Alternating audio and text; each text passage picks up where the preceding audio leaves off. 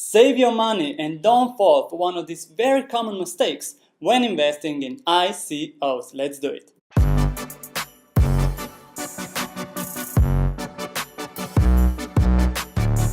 ICO investments are a young and unregulated field, so it's very easy to fall for one of these more common mistakes out there. That's especially true if you're a beginner, but even pro investors out there can get burned. So let's see which are the most common mistakes people make when investing in ICOs. The first one is, don't fall for a scam. Of course, nothing new here, right? So we already gave you some advice on how to analyze an ICO in our previous videos.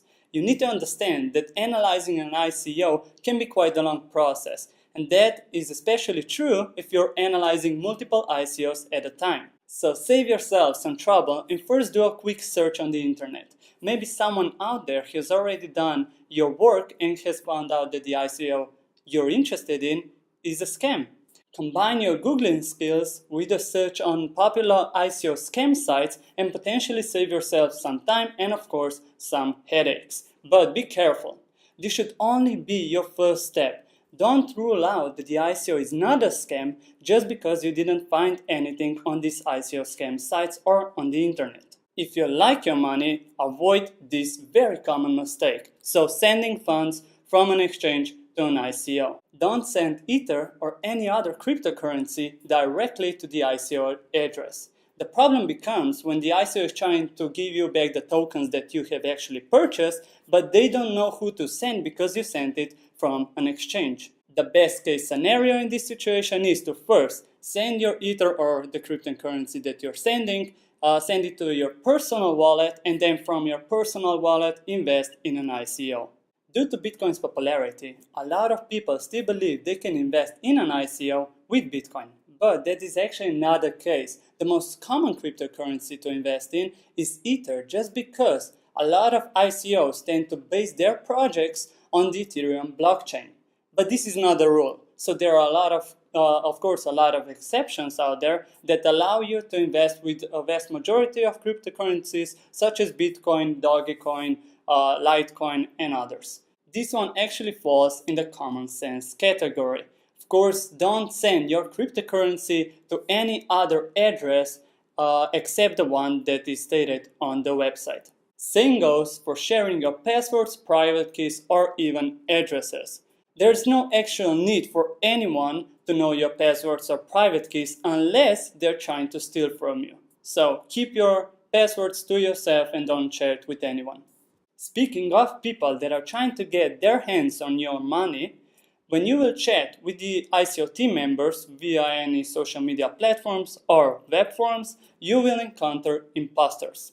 And this is a very popular thing right now. So there are a lot of scammers out there that are pretending to be one of the ICO team members, and they are actually trying to get in touch with you directly and provide you with their own address. Don't transfer, don't send any tokens to this address because it's a fake name and a fake person. So, you've done your homework and you have a lot of questions. Don't be shy. Just ask the team members directly or just post them a message asking them your questions because they usually are very, very willing to communicate. But if they are not responding to the comments and questions, that should be a giant red flag because communication matters. You can get in touch with the ICO team members through different platforms. So really the important ones in the crypto world are the Slack, Bitcoin Talk, or Telegram. Okay, I'm gonna wrap up with some of my favorite crypto sites that you might find useful. The first one being when you're searching for the ICO scam. So this was actually the first point of this video.